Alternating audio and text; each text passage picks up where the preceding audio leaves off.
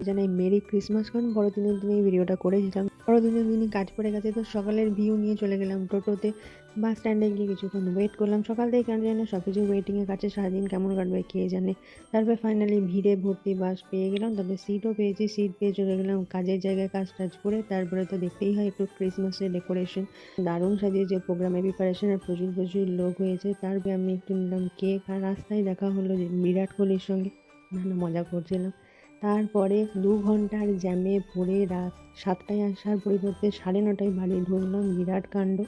তাও বাস থেকে নেমে অটো ধরে চলে এলাম বাড়ি। বাড়িতে এসে তো খেতে হয় কেক, কারণ যতই হোক বড়দিন বলে কথা। তো একদম বাড়ির বানানো কেক থেকে কিনে আনা কেক থেকে এত রকমের কেক খেয়েছি। মাইমা বানিয়েছে আর বাকিগুলো কিনে আনা হয়েছে।